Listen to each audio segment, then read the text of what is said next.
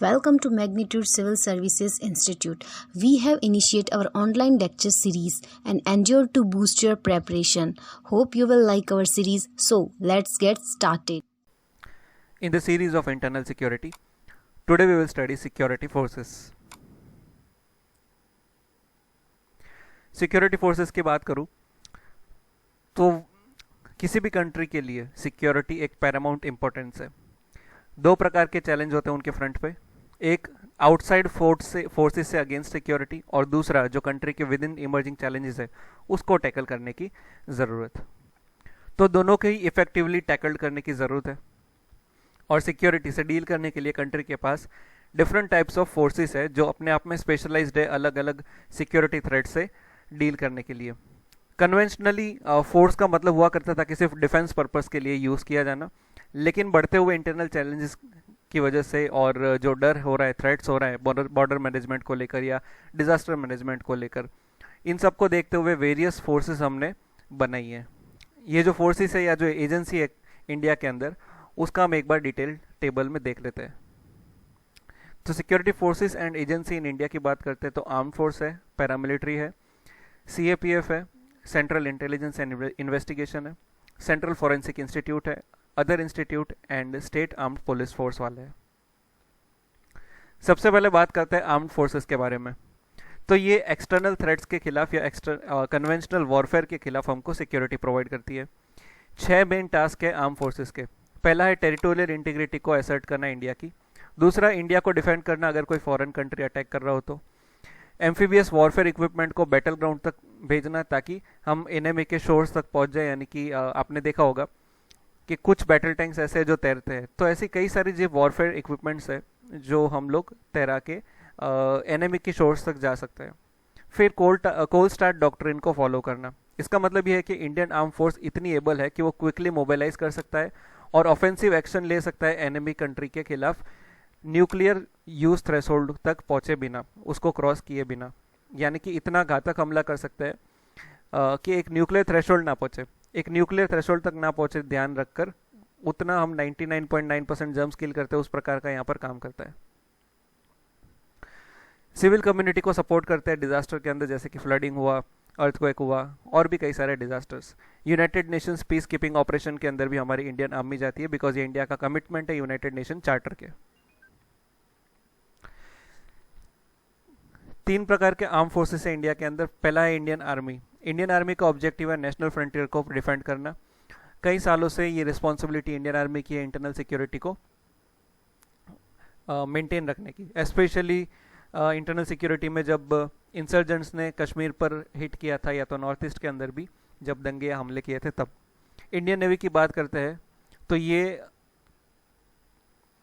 Ensure करते हैं कि कोई भी होस्टाइल मैरीटाइम पावर इंडिया के नेशनल सिक्योरिटी को या इंटरेस्ट को डिग्रेड ना करे। ये रोल है इंडियन नेवी का।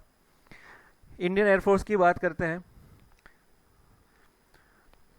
तो इंडिया के हर एक पार्ट्स पर डिफेंड होना जरूरी है, यानी कि सुरक्षित होना जरूरी है। तो इंडियन एयरफोर्स क्या कर रही है, हमारे एयर स्पेस को सुरक्षित रख रही है और उसके अलावा वॉर टाइम के अंदर दूसरी जो हमारे ग्रुप्स है इंडियन आर्मी, नेवी वगैरह, उनको भी सहायता देती है। पैरामिलिट्री फोर्स की बात करते हैं अब, तो ये आर्म्ड फोर्सेस को असिस्ट करती है और पैरामिलिट्री को फोर्सेस लीड करता है कोई ऑफिसर जो इंडियन आर्म फोर्सेस आया हुआ होता है। प्रीवियसली इसका नाम था पैरामिलिट्री फोर्सेस, जो कि वैरायटी ऑफ आर्म सर्विसेज से जुड़ा हुआ था। इसका मेन ऑपरेशन था कि जो लॉ एनफोर्समेंट एजेंसी है उनको मदद करना, आर्म फोर्सेस को मदद करना। लेकिन 2011 में रिक्वेस्ट के ऊपर नई डेफिनेशन दी गई और पैरामिलिट्री फोर्सेस का नाम दे दिया या तो उसको इंक्लूड कर दिया सेंट्रल आर्म पुलिस फोर्स के अंदर। करंटली 3 पैरामिलिट्री फोर्सेस अभी मौजूद है। पहली है आसाम राइफल्स। ये इंडिया म्यांमार बॉर्डर और इंडो भूटान बॉर्डर को गार्ड करती है। 1835 को ये बिगिन हुई थी। मिलिशिया के तौर पर उसका नाम था केशर लेवी। अप्रोक्सीमेटली 750 लोग थे और ये फोर्स का प्राइमरी ऑब्जेक्टिव था कि ब्रिटिश टी एस्टेट्स या तो उनके सेटलमेंट को प्रोटेक्ट करना ट्राइबल रेड के खिलाफ। आज़ादी के बाद आसाम राइफल कंटिन्यू रहा। कई सारे इसके काम है, जैसे कि सीनो इंडिया वॉर पर कन्वेंशनल कॉम्बैट रोल अपनाना जब 1962 में वॉर हुआ था चाइना के अगेंस्ट में, और उसके अलावा जो भी ऑपरेशन है फॉरेन लैंड के अंदर उसको भी संभालते हैं इंडिया पीस कीपिंग फोर्स के तहत। जैसे कि श्रीलंका में गए थे हम लोग 1987 में ऑपरेशन पवन में। Assam rifles north east states के इंसर्जेंट्स को कंट्रोल करने के लिए भी एंगेज रहती है। काउंटर इंसर्जेंसी ऑपरेशंस या तो कोई भी ऐसी एरिया जहाँ पर नेसेसिटी कंट्रोल की ज़रूरत होती है, आर्मी की ज़रूरत होती है, तब आसाम राइफल्स को बुलाया जाता है। पेनल्टीमेट इंटरवेंशनिस्ट फोर्स के तौर पर यह काम करता है सेंट्रल गवर्नमेंट के लिए इंटरनल सिचुएशन को, इंटरनल सिक्योरिटी की सिचुएशन को कंट्रोल में लाने के लिए। और जब कोई भी सेंट्रल पैरामिलिट्री का ऑपरेशन कंट्रोल के बियॉन्ड जाता है तब भी आसाम राइफल्स को बुलाया जाता है। अब बात करते हैं स्पेशल फ्रंटियर फोर्स की, एसएफएफ की। ये टेररिज्म को काउंटर करने में एंगेज रहती है, इंटेलिजेंस गैदरिंग का भी इनका काम रहता है। उसके अलावा वीवीआईपीज को भी ये प्रोटेक्शन देता है एसपीजी के साथ मिलकर। अब बारी आती है इंडियन कोस्टल गार्ड की। तो 1 फरवरी 1977 में न्यू सर्विस इंक्लूड हुई थी कोस्ट गार्ड ऑफ इंडिया के नाम पर। ये नई सर्विस तब डाली गई थी जब बदलते समय पर हमने देखा कि सरकार को अभी रिक्वायरमेंट है कि इनके जो भी नेशनल लॉज है वाटर के चलते हुए उसका इन्फोर्समेंट कराने के लिए एक स्पेशल सर्विस चाहिए, और इसलिए हमने बनाया इंडियन कोस्ट गार्ड। ये क्या करती है, जो नेशनल लॉज बने हुए हैं मैरीटाइम को लेकर या तो जो भी लाइफ एंड प्रॉपर्टी है सी के ऊपर, उसको सेफ्टी देने के लिए इंडियन कोस्ट गार्ड को बनाया गया। यूएसए यूके जैसे एडवांस्ड नेशंस के अंदर जैसे कि कोस्ट गार्ड वहाँ पर है, उसी के मॉडल के ऊपर इंडिया का इंडियन कोस्ट गार्ड बनाया गया। और ये इसलिए बनाया गया कि ताकि नेवी अपना जो फ्लीट का काम है वॉर टाइम रोल का उसको लगातार करता रहे, और पैरेलली इंडियन कोस्ट गार्ड जो है वो लॉ एनफोर्समेंट का या तो safety of life and property का काम करते रहे। दोनों काम में डिस्टर्बेंस ना और नेवी अपना वॉर टाइम वाला रोल अच्छे से निभा पाए। एक कमेटी बिठाई गई थी सितंबर 1974 में। कमेटी के चेयरमैन थे मिस्टर KF रुस्तम जी। ये कमेटी इसलिए बिठाई गई थी ताकि जो भी सी बॉर्न स्मगलिंग का प्रॉब्लम है या तो जो क्वेश्चन है कि कोस्ट गार्ड टाइप इस प्रकार का कोई ऑर्गेनाइजेशन हमें बनाना चाहिए या नहीं, तो ये क्वेश्चन को सॉल्व करने के लिए ये कमेटी बिठाई गई थी। कमेटी ने रिकमेंडेशन दिया कि कोस्ट गार्ड सर्विस को आप सेटअप करिए जो नेवी के पैटर्न के ऊपर होगा, जनरल सुपरिंटेंडेंस और पॉलिसी को अपनाएगा, पीस टाइम के समय पर जो भी एडमिनिस्ट्रेटिव कंट्रोल है या तो जो भी लाइफ एंड प्रॉपर्टी का सुरक्षा करना हो सी एरिया पर, तो उन सब के लिए आपको एक कोस्ट गार्ड सर्विसेज बनानी पड़ेगी। और ये मिनिस्ट्री ऑफ डिफेंस के अंदर में काम जिस तरह से नेवी कर रही है उस तरह से करेगा। Maritime zone of India act पास हुआ था 25 अगस्त 1976 के अंदर। इस एक्ट के तहत इंडिया ने क्लेम किया 2.01 मिलियन स्क्वायर किलोमीटर का एरिया, जिसके ऊपर उसका अधिकार होगा एक्सप्लोरेशन और एक्सप्लॉयटेशन ऑफ रिसोर्सेज का, चाहे वो लिविंग नॉन लिविंग दोनों का ही हो सी के ऊपर। कैबिनेट डिसीजन के फॉलो होने के बाद इंटरिम कोस्ट गार्ड ऑर्गेनाइजेशन शुरू हुआ और ये हुआ था 1 फरवरी 1977 में। कोस्ट गार्ड जो आज के शेप के अंदर है वो फॉर्मली इनॉग्रेटेड हुआ था 18 अगस्त 1978 में। ये एक इंडिपेंडेंट आर्म फोर्स है यूनियन का, और ये कोस्ट गार्ड एक्ट 1978 के तहत बना था। इसका मोटो है वयम रक्षम, यानी कि वी प्रोटेक्ट। मैंडेट देखते हैं कि इंडियन कोस्ट गार्ड का एक्चुअल में काम क्या क्या रहता है। आर्टिफिशियल आइलैंड, ऑफशोर्स इंस्टॉलेशंस या अदर स्ट्रक्चर जो मैरीटाइम जोन के अंदर है उसकी सेफ्टी एंड प्रोटेक्शन का काम इंडियन कोस्ट गार्ड का है। फिशरमैन या उनको मदद देने का काम या तो उनकी प्रोटेक्शन का काम इंडियन कोस्ट गार्ड का है। मैरीटाइम एनवायरनमेंट या मैरीटाइम पॉल्यूशन कंट्रोल या प्रिवेंशन का काम भी ICC का है, ICJ का है।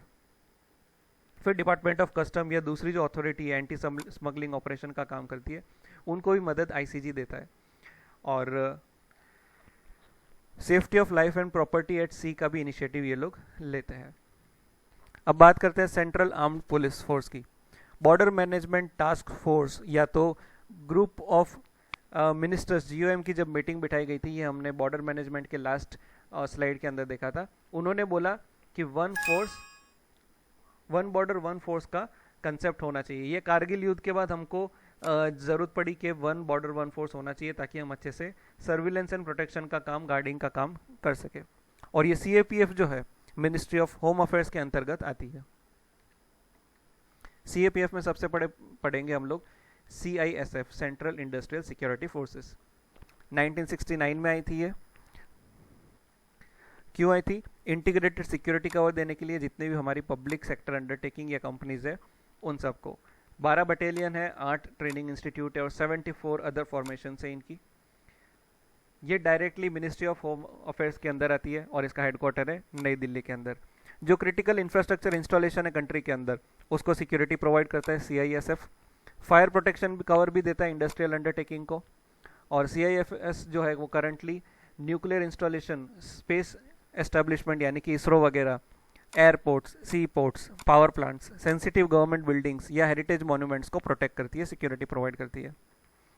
इंपॉर्टेंट रिस्पॉन्सिबिलिटीज़ के अंदर और भी काफ़ी कुछ जुड़ गया CISF के अंदर, जैसे कि दिल्ली मेट्रो रेल कॉरपोरेशन की प्रोटेक्शन करना या तो उनको सिक्योरिटी प्रोवाइड करना, VIP सिक्योरिटी में, डिज़ास्टर मैनेजमेंट में, फॉर्म्ड पुलिस यूनिट्स के अंदर भी ये लोग काम करते हैं जो कि यूनाइटेड नेशंस के अंदर है, हैती के अंदर। तो ये सारा रोल रहता है CISF का, यहाँ पे आप देख सकते हैं। फिर आता है सशस्त्र सीमा बल SSB। 1963 के अंदर ये बना था, इंडो चाइना वॉर के बाद हमको ज़रूरत पड़ी तब। SSB बनाने के पीछे हमको ये मकसद है बिकॉज वॉर के बाद हमें पता चला कि जो बॉर्डर के आसपास जो पॉपुलेशन है उनको नेशनल बिलोंगिंगनेस की फीलिंग लाने की ज़रूरत है, वहाँ पर डेवलपमेंट कैपेबिलिटी बढ़ाने की ज़रूरत है, वहाँ के लोगों को motivation, training, development, welfare programs और एक्टिविटीज़ वगैरह उन तक पहुँचाने की ज़रूरत है। इसलिए SSB वहाँ पर काम कर सकती है।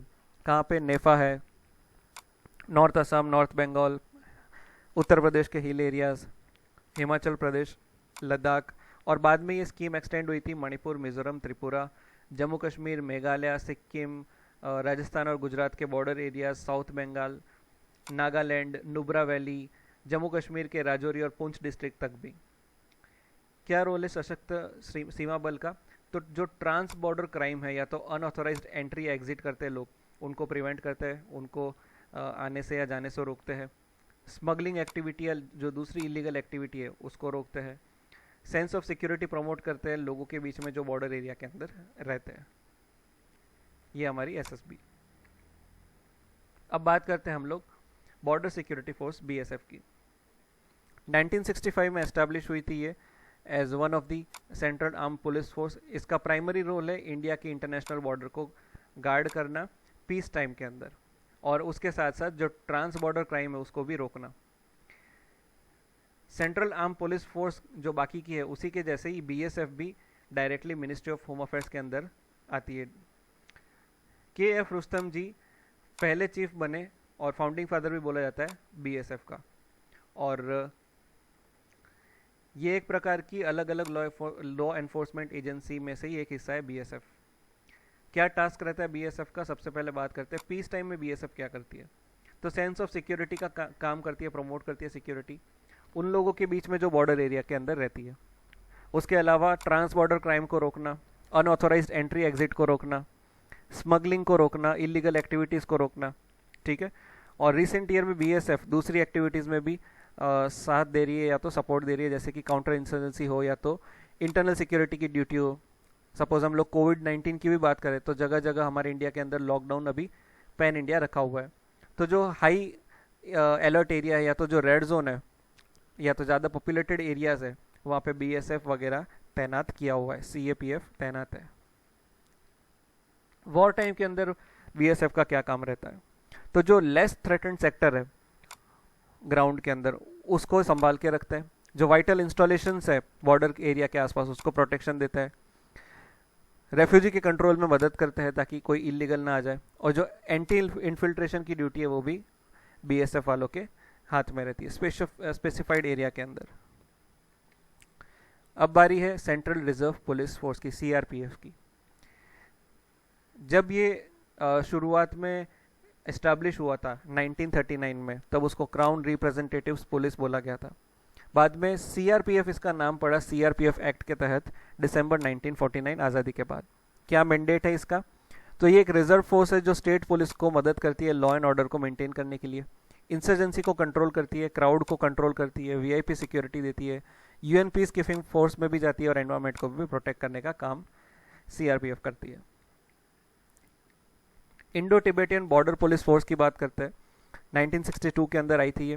प्रेजेंटली जो आईटीबीपी है ये बॉर्डर के ऊपर डिप्लॉयड है और गार्ड करती है हमारे बॉर्डर्स को काराकोरम पास से लेकर जो लद्दाख के अंदर है जाजेप ला तक जो अरुणाचल प्रदेश में है। ये बॉर्डर 3488 किलोमीटर कवर करती है इंडो चाइना बॉर्डर वाली। और उसके साथ साथ जो बॉर्डर आउटपोस्ट है उसको भी मैनिंग करती है, जो 9000 टू 18700 एल्टीट्यूड के रेंज पर स्थापित है western, middle and eastern sector of the India China border के ऊपर। ये स्पेशलाइज्ड माउंटेन फोर्स भी इसको बोला जाता है। इसके जो मोस्ट ऑफ ऑफिसर्स है या तो जो पर्सनल्स है वो प्रोफेशनली ट्रेंड है माउंटेन्स चढ़ने के लिए या तो स्कीयर्स भी है। नेचुरल डिजास्टर के फर्स्ट रिस्पॉन्डर है हिमालय के अंदर और न्यूमरस रेस्क्यू ऑपरेशंस और रिलीफ ऑपरेशन भी आईटीबीपी फोर्स कर चुकी है। मेन टास्क क्या है इनका?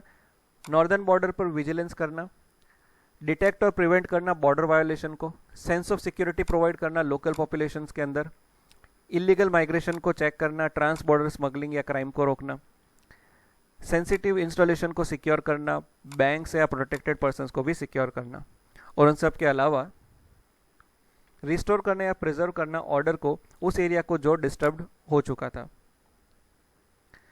अब बात करते हैं एनएसजी की, नेशनल सिक्योरिटी गार्ड। ये 1984 में शुरू हुआ था, फेडरल कंटिजेंसी डिप्लॉयमेंट फोर्स है ये। जितने भी फैसेट्स है टेररिज्म के कंट्री के अंदर इन सबको टैकल करता है एनएसजी। एनएसजी को हमने बनाया था यूके के एसएएस और जर्मनी के जीएसजी 9 के मॉडल के ऊपर, पैटर्न के ऊपर। ये टास्क ओरिएंटेड फोर्स है, 2 कॉम्प्लीमेंट्री एलिमेंट है इसमें, स्पेशल एक्शन ग्रुप जिसके अंदर आर्मी पर्सनल रहते हैं और स्पेशल रेंजर ग्रुप जिसके अंदर अलग अलग पर्सनल होते हैं जो सेंट्रल पैरा फोर्सेस या स्टेट पुलिस फोर्सेस से लिए जाते हैं, चुने जाते हैं। मैंडेट क्या है? टेररिस्ट एक्टिविटी को कॉम्बैट करना, जो हाईजैक्ड हॉस्टेजेस है उसको रेस्क्यू करना, स्पेशल सिक्योरिटी कवरेज देना, बॉम्ब डिस्पोजल करना और पोस्ट ब्लास्ट इन्वेस्टिगेशन करना। एग्जाम्पल के तौर पे बताऊं तो जो पठानकोट में जो हमारे एयरबेस के ऊपर हमला हुआ था, आतंकवादी उसमें घुस गए थे, तो एनएसजी ने काउंटर टेररिस्ट वहाँ पर एक्टिविटी चलाई। उसके बाद जितने भी बॉम्ब्स थे उसको डिस्फ्यूज किया, डिस्पोज किया, पोस्ट ब्लास्ट इन्वेस्टिगेशन करके ही वापस एयरफोर्स वालों को वो ज़मीन या वो एरिया सौंपा गया था। उसके पहले ये लोग एरिया नहीं सौंपते जब तक उनको क्लीन चिट नहीं मिलती। फिर है रेलवे प्रोटेक्शन फोर्स, इसका मैंडेट है रेलवे प्रॉपर्टी को प्रोटेक्ट करना और फ्री मूवमेंट ऑफ रेलवे आसानी से चलता रहे वो ध्यान रखना, पैसेंजर्स की प्रोटेक्शन और सेफ गार्डिंग करना, ये सब काम रहता है आरपीएफ का। अगला है स्पेशल प्रोटेक्शन ग्रुप एसपीजी। ये सिक्योरिटी कवर देता है प्राइम मिनिस्टर्स, वीवीआईपीज या तो उन सब के फैमिली मेंबर्स को। अगला है national disaster response force NDRF. ये डिजास्टर रिस्पांस एजेंसी है, एनडीएमए एक्ट के तहत बनाई हुई या तो national disaster management authority act के तहत बनाई गई, मिनिस्ट्री ऑफ होम अफेयर्स के अंदर ही ये आता है। 2009 में एस्टेब्लिश हुआ था दिल्ली के अंदर डिजास्टर मैनेजमेंट के लिए या तो स्पेशलाइज्ड रिस्पांस देने के लिए नेचुरल और मैनमेड डिजास्टर के प्रति, नेशनल डिजास्टर मैनेजमेंट एक्ट 2005 के अंतर्गत।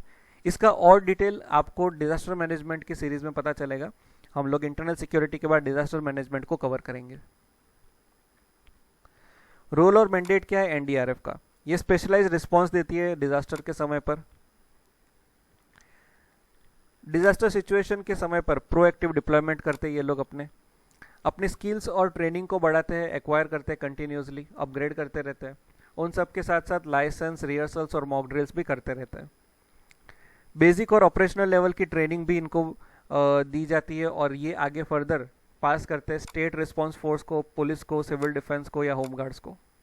कम्युनिटी कैपेसिटी बिल्डिंग प्रोग्राम भी ये लोग चलाते हैं, पब्लिक अवेयरनेस कैंपेन भी चलाते हैं डिजास्टर को लेकर और एग्जीबिशन भी करते हैं उसमें पोस्टर्स, पैम्पलेट्स और लिटरेचर का यूज करके।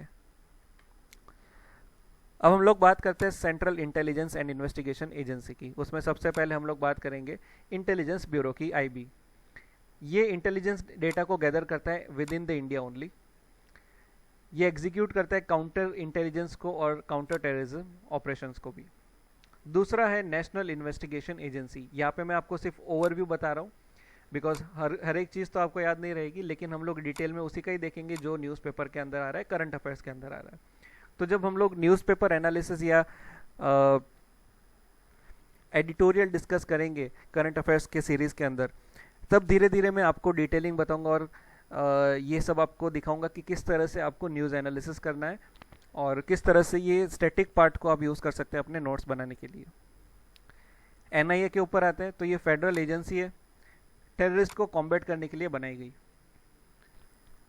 Central counter terrorism law enforcement agency के तौर पर यह काम करता है। किससे डील करती है ये? तो टेरर रिलेटेड क्राइम्स से ये डील करती है पूरे स्टेट्स के अंदर, जितने भी स्टेट्स हैं पूरे इंडिया में, without taking permission of from that particular states. उस पर्टिकुलर स्टेट से परमिशन लेने की इसको ज़रूरत नहीं है, इसलिए हम लोग इसको central counter terrorism law enforcement agency बोलते हैं। मुंबई अटैक 2008 के बाद हमको ज़रूरत पड़ी या तो हमको फील हुआ कि एक सेंट्रल एजेंसी होनी चाहिए जो टेररिज्म को कॉम्बैट करे, बिकॉज इंटेलिजेंस ब्यूरो में कुछ कमी हमको नज़र आई थी, कुछ डेटा की मिसिंग हमको नज़र आई थी, और दूसरी एजेंसियों में भी प्रॉब्लम्स दिखी थी कि स्टेट का कोऑर्डिनेशन नहीं हो रहा। तो इन सब को ख़त्म करने के लिए हमने एनआईए बनाया। नेशनल इन्वेस्टिगेशन एक्ट 2008 को हमने पास किया और उसके तहत एनआईए बनाया। जो फाउंडिंग डायरेक्टर जनरल थे एनआईए के, वो है राधा विनोद राजू। तीसरी हम बात करते हैं research and analysis wing, popularly known as रॉ। सितंबर 1968 के अंदर ये फॉर्म्ड हुआ था। Post Sino India war, India China युद्ध 1962 और इंडिया पाकिस्तान वॉर 1965 के बाद हमने रॉ बनाया। इस समय पर हमको ये दिखा गया था कि जो इंटेलिजेंस गैदरिंग था वहाँ पर गड़बड़ी मिली थी, वहाँ पे कुछ गैप्स था, बिकॉज जो इंटेलिजेंस ब्यूरो ने इंटेलिजेंसी या उसकी रिपोर्ट निकाली थी तो उसमें हमको गैप्स कई सारे दिखे थे, क्योंकि वो इंटरनल और एक्सटर्नल इंटेलिजेंस का काम दोनों का ही करता था। लेकिन ये युद्ध के बाद हमने रॉ बनाया। इंटेलिजेंस ब्यूरो आईबी को हमने इंटरनल इंटेलिजेंस का काम सौंप दिया और रॉ को एक्सटर्नल इंटेलिजेंस का। तो मैंडेट में आप देख सकते हैं एक्सटर्नल इंटेलिजेंस के डेटा को ये कलेक्ट करता है, काउंटर टेररिज्म के डेटा को कनेक्ट करता है। उन सब के अलावा जितने भी इनको इन्फॉर्मेशन मिलती है उसको ऑब्टेन करते हैं, एनालाइज करते हैं, चाहे वो फॉरेन गवर्नमेंट से हो, कॉरपोरेशन से हो या पर्सन से हो जो एडवाइस करता है इंडियन पॉलिसी मेकर्स के लिए भी काम आता है। अब बात करते हैं नेशनल क्राइम रिकॉर्ड ब्यूरो की, एनसीआरबी। तो ये आईटी एनवायरनमेंट इनेबल करता है ताकि हम लोग एक रिकॉर्ड बना सके, रिपोर्ट बना सके, जो पॉलिसी फ्रेमवर्क में, गाइडलाइंस में, आर्किटेक्चर में या पुलिस फोर्स के बेस्ट प्रैक्टिस के लिए काम आ सके थ्रू आउट द कंट्री। उन सब के अलावा प्रोएक्टिव पॉलिसी में भी हमारा नॉलेज हम इम्प्रूव कर सकते हैं ये डेटा का मदद लेकर। हमारा इंटरनल एफिकेसी बढ़ा सकते हैं, इफेक्टिवनेस बढ़ा सकते हैं और पब्लिक सर्विस डिलीवरी भी इम्प्रूव कर सकते हैं। आईटी के अंदर या फिंगरप्रिंट साइंस की कैपेसिटी बिल्डिंग करने के लिए भी ट्रेनिंग प्रोवाइड करती है एनसीआरबी पुलिस फोर्सेस के अंदर। फॉरेन पुलिस फोर्स के साथ इंटरेक्ट करती है और आईटी प्रैक्टिसेस को शेयर करती है और क्राइम का इंफॉर्मेशन भी शेयर करती है।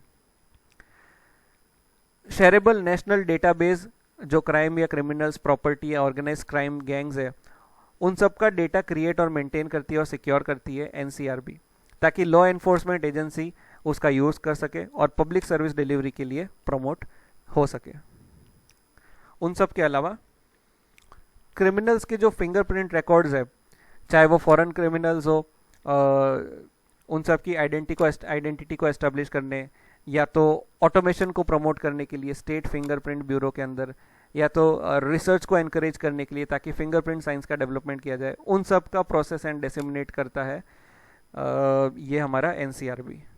इन शॉर्ट ये एक प्रकार का डेटाबेस है, ट्रेनिंग सेंटर है, या तो अपग्रेड करता है या तो अलग अलग प्रकार का रिसर्च करवाता है और डेटा एनालिसिस करता है। अब बात करते हैं नारकोटिक्स कंट्रोल ब्यूरो की। तो ये ड्रग ट्रैफिकिंग के खिलाफ लड़ता है पैन इंडिया लेवल पर। इंडिया के फ्रंटियर्स को मॉनिटर करता है ताकि हम लोग ट्रैक डाउन कर सके अलग अलग पॉइंट्स जहाँ से स्मगलिंग का सामान आता है, जो फॉरेन ट्रैफिकर्स हैं उनके जरिए। नेक्स्ट है डायरेक्टरेट ऑफ रेवेन्यू इंटेलिजेंस। नाम से ही पता चला होगा, रेवेन्यू को लेकर ये इंटेलिजेंस कनेक्ट करता है। किस प्रकार का स्मगलिंग का, कॉन्ट्राबैंड गुड्स हो या नारकोटिक्स या अंडर वॉइसिंग जैसी चीज़ों का इंटेलिजेंस कलेक्शन करता है अलग अलग सोर्सेज के थ्रू, चाहे वो इंडिया का हो या अब्रॉड का हो, सीक्रेट सोर्सेज के ज़रिए। उन सब के अलावा एनालाइज करता है और डिसेमिनेट करता है इस प्रकार के इंटेलिजेंस को जो फील्ड फॉर्मेशन या एक्शन के लिए काम आए, और जो नेसेसरी हो इंटेलिजेंस वर्किंग को लेकर। इम्पोर्टेंट स्टेजर्स या इन्वेस्टिगेशन केस पर भी ये नज़र रखता है, और जिस केसेस को स्पेशलाइज्ड हैंडलिंग चाहिए होता है उनको भी एसोसिएट करता है या तो इन्वेस्टिगेशन के ऊपर नज़र रखता है अलग अलग डायरेक्टरेट्स के द्वारा। इन्वेस्टिगेशन या प्रोसिक्यूशन केसेस को भी ये मदद देता है, गाइड करता है। फॉरेन कंट्री के साथ भी लाइसेंस रखता है। इंडियन मिशन या एनफोर्समेंट एजेंसी जो अब्रॉड है एंटी स्मगलिंग मैटर को लेकर, उनको भी मदद करता है। सीबीआई को भी मदद करता है, इंटरपोल को भी मदद करता है सीबीआई के थ्रू। उन सब के अलावा जो भी केस कस्टम एक्ट के तहत, इनकम टैक्स डिपार्टमेंट के तहत जो रजिस्टर होते हैं, ये सारे केस रिफर करता है डीआरआईस, जब उनका केस सॉल्व करना होता है या तो इंटेलिजेंस गैदर करना होता है। शेयर्स या प्राइस या रेट्स की नज़र भी रखता है, स्टैटिस्टिक्स अपने पास मौजूद रखता है, ताकि स्मगलिंग या जो इलीगल सप्लाई होता है उस पर वॉच रखी जा सके और उसकी रिपोर्ट मिनिस्ट्री ऑफ फाइनेंस या अदर मिनिस्ट्री को दिया जा सके। उन सब के अलावा लॉज के अंदर या तो प्रोसीजर्स के अंदर जो स्मगलिंग को कॉम्बैट करता है, उनमें अगर कोई गैप या लूपहोल्स हो उसको स्टडी करता है और सजेशंस को देता है। अब बात करते हैं bureau of police research and investigation की। तो ये प्रॉब्लम्स को आइडेंटिफाई करता है और जो पुलिस की नीड्स है उसको फुलफिल करता है और रिसर्च को इनिशिएट करता है फील्ड के अंदर। पुलिस किस तरह से बेस्ट इक्विप्ड हो सकती है करंट सिचुएशंस को लेकर, साइंस एंड टेक्नोलॉजी को लेकर, इन सब का ध्यान BPR&D रखता है। ट्रेनिंग पुलिस की भी यही करवाता है। अब बारी आती है एनफोर्समेंट डायरेक्टोरेट की। तो ये मल्टी डिसिप्लिनरी ऑर्गेनाइजेशन है और इसका मैंडेट क्या है? 2 फिस्कल लॉस का अगर उल्लंघन होता है उसके ऊपर नज़र रखना या तो इन्वेस्टिगेशन करना। कौन से लॉ है? Foreign exchange management act FEMA and prevention of money laundering act 2002 PMLA। अगर ये 2 लॉस के अंतर्गत अगर कोई केस आता है तो उस पर इन्वेस्टिगेशन करता है एनफोर्समेंट डायरेक्टोरेट। 1956 में ये बना था और तब जब ये बना था उसका नाम था enforcement unit. Department of economic affairs के अंतर्गत ये काम करता था। 1957 के अंदर इस यूनिट का नाम बदला और रखा गया एनफोर्समेंट डायरेक्टोरेट, और बाद में 1960 के अंदर इसका डिपार्टमेंट ट्रांसफ़र किया गया डिपार्टमेंट ऑफ रेवेन्यू के अंदर। पहले ये काम करता था डिपार्टमेंट ऑफ इकोनॉमिक अफेयर्स में। ये सारे डिपार्टमेंट आते हैं मिनिस्ट्री ऑफ फाइनेंस के अंदर। आखिर में हम बात करते हैं फाइनेंशियल इंटेलिजेंस यूनिट की। ये एस्टेब्लिश किया गया था भारत सरकार के द्वारा नवंबर 2004 के अंदर। ये सेंट्रल नेशनल एजेंसी के तौर पर काम करता है और अलग अलग जो इन्फॉर्मेशंस है फाइनेंशियल सस्पेक्ट्स या ट्रांजैक्शन को लेकर, उन सब के डेटा को रिसीव करता है, प्रोसेस करता है, एनालाइज करता है और डिसेमिनेट करता है। नेशनल इंटेलिजेंस या नेशनल या इंटरनेशनल इंटेलिजेंस को मजबूत करने के लिए, कोऑर्डिनेट करने के लिए भी FIU मदद करता है। जितने भी केसेस है मनी लॉन्ड्रिंग को लेकर या टेरर फाइनेंस को लेकर, ये एक इंडिपेंडेंट बॉडी है और डायरेक्टली रिपोर्ट करती है इकोनॉमिक इंटेलिजेंस काउंसिल को, जिसको हेड करता है फाइनेंस मिनिस्टर इंडिया का। सेंट्रल फॉरेंसिक इंस्टीट्यूशंस की बात करते हैं तो हमारे देश के अंदर central forensic science laboratory, directorate of forensic science, central fingerprint bureau, इस प्रकार के कई सारे फॉरेंसिक इंस्टीट्यूशंस या तो लेबोरेटरीज देश के अंदर शामिल है। अदर मिसलेनियस इंस्टीट्यूशंस की बात करते हैं तो सबसे पहले आता है नेशनल इंटेलिजेंस ग्रिड, जिसको नेट ग्रिड बोलते हैं। नेट ग्रिड के बारे में हमने इंटरनेट टेररिज्म के वीडियो के अंदर अच्छे से समझा है। यहाँ पर ओवरव्यू के तौर पर मैं बताऊँ तो जितने भी हमारे सरकारी डिपार्टमेंट्स या मिनिस्ट्रीज है उन सब के डेटा एक जगह पर आते हैं और उसको बोला जाता है नेट ग्रिड। ये कॉम्प्रिहेंसिव पैटर्न इंटेलिजेंस है, 360 डिग्री इंटेलिजेंस प्रोवाइड करता है। मुंबई टेरर अटैक के बाद हमने नेट ग्रिड को बनाया।